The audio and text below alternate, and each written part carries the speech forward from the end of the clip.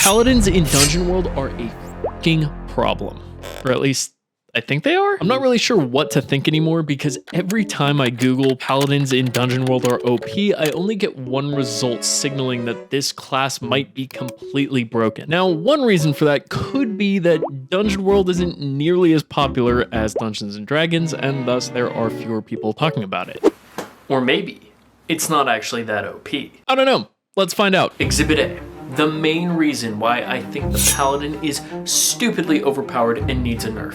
7 months ago, I ran a game of Dungeon World, and in that game of Dungeon World, there was a Paladin who two-shotted a dragon, and ended my first adventure like really early, and I didn't really have anything prepped, which is probably on me.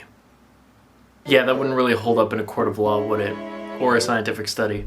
So let's take a look at the playbook itself and really dive into the specifics. Paladins start the game with a max HP of 10 plus their constitution score, which is the highest in the game, tied only with fighter. As a point of comparison, wizards, which are the weakest playbook in the game in terms of max HP, start with 4 plus their constitution, and every other class is either 6 plus or 8 plus their constitution. Pallies then start with scale armor, aka 2 points of armor. Fighters get the opportunity to start with 2 armor, but they're not forced into it like paladins are. And both paladins and fighters start with the armored move, which means that neither one of them is inhibited by wearing heavier armors. And finally, both paladins and fighters use a D10 for their damage die, which is the highest in the game.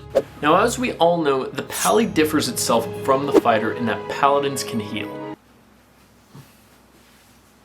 Continuity errors are sick. This cursed holy class starts with Lay on Hands, which is a touch spell and requires a successful charisma roll. On success, you heal 1d8 damage or remove a disease. On a partial success, you transfer that damage or that disease to yourself. And if you've never played the game before, but you're sticking around anyway, first off, thank you. Second off, a partial success is when you roll a 7 through 9. Anyway, as a point of reference, clerics can take the spell Cure Light Wounds, which will heal up to 1d8 worth of damage on a friendly target.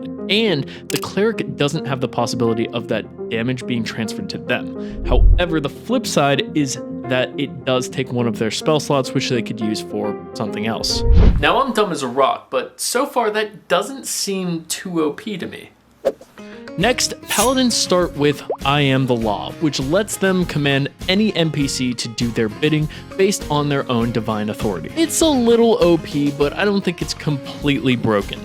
Where the playbook starts to venture in the broken territory is with the quest feature, which is like the paladin's main feature. Quests kinda do what they say on the tin. Paladin communes with their god, they state what they want to accomplish, and they get to take 2 boons of their choosing. The flip side is that the DM does make them take a knightly vow or 2, but still, this is completely broken. Don't believe me? Let's say the group gets assigned a mission to retrieve the Goblet of Fire from a volcano. The Paladin can then state their quest is to retrieve the Goblet of Fire and then take as a boon invulnerability to all fire damage and an innate sense of direction to where the Goblet of Fire is. Well, there goes a significant challenge to them. But wait, they do have to take a vow. But these vows are easy as fuck to play around. Let's say the DM gives them a vow of piety.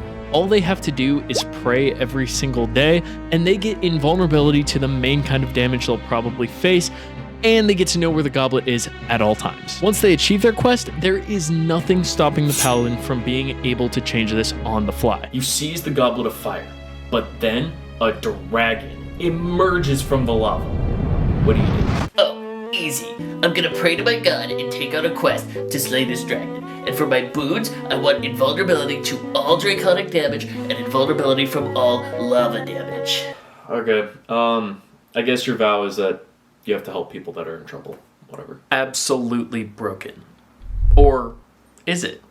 We'll talk about that in a sec. For now, let's talk about the other possibly completely broken aspect of the Paladin, the move Exterminatus. This absolutely has the possibility to be completely game-breaking. To put it simply, you promise to defeat an enemy, and in exchange, you get plus 2d4 to any and all damage against that particular foe until they are defeated. The drawback is that you take minus 4 damage against anything else. Exterminatus gives a paladin on average 5 extra damage against a single foe. Yes, their attacks become weaker against other foes, but if the party goes up against, say, 5 deep elf swordsmen who each have 2 armor and 6 HP, that is an 80% chance for the paladin to kill one in a single blow with Exterminatus, which means the minus 4 damage against other enemies is kind of a non-issue, at least in that particular example, which kind of leads us to paladins are perfectly balanced. As a Dungeon World DM, your best defense against overpowered paladins is to throw a shitload of enemies at them. Sure, Exterminatus' weakness is kind of a non-issue when you're fighting, say, 6 enemies. But what if you're fighting 12? And who's to say those enemies are even just gonna sit tight and take their holy beatings? If your paladin announces that they are dedicating themselves to defeating a single enemy, which is something that happens in the fiction, that particular foe is probably gonna do everything in their power to make sure that the paladin doesn't come anywhere close to them.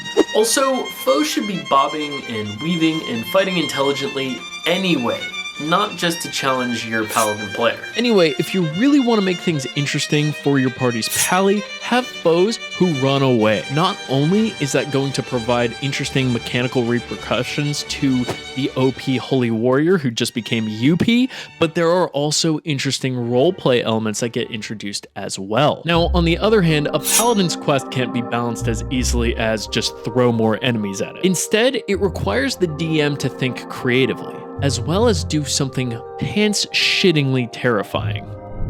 Say no to the players.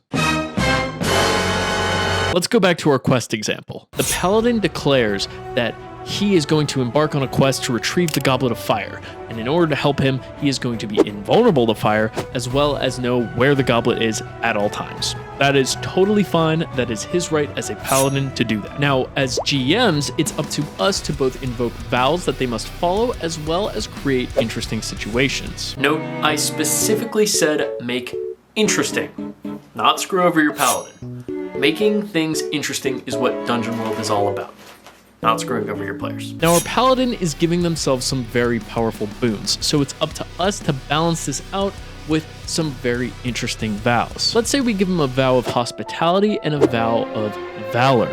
That is really hard to say. Vow of valor, vow of blah, vow of blah. For those of you who don't have the rules right in front of you, that means that they cannot let an evil creature live, and it means they have to provide help to anyone who needs it. You know what I'm about to say, right? Maybe along the way to the volcano, the party runs into an evil cultist who is sick with the plague and needs an antidote that they can get from a nearby farmhouse. Of course, the paladin must oblige because he has the vow of hospitality, but when the party gets to the farmhouse, they find that everyone there is completely slaughtered by the cult. Now our paladin has a dilemma.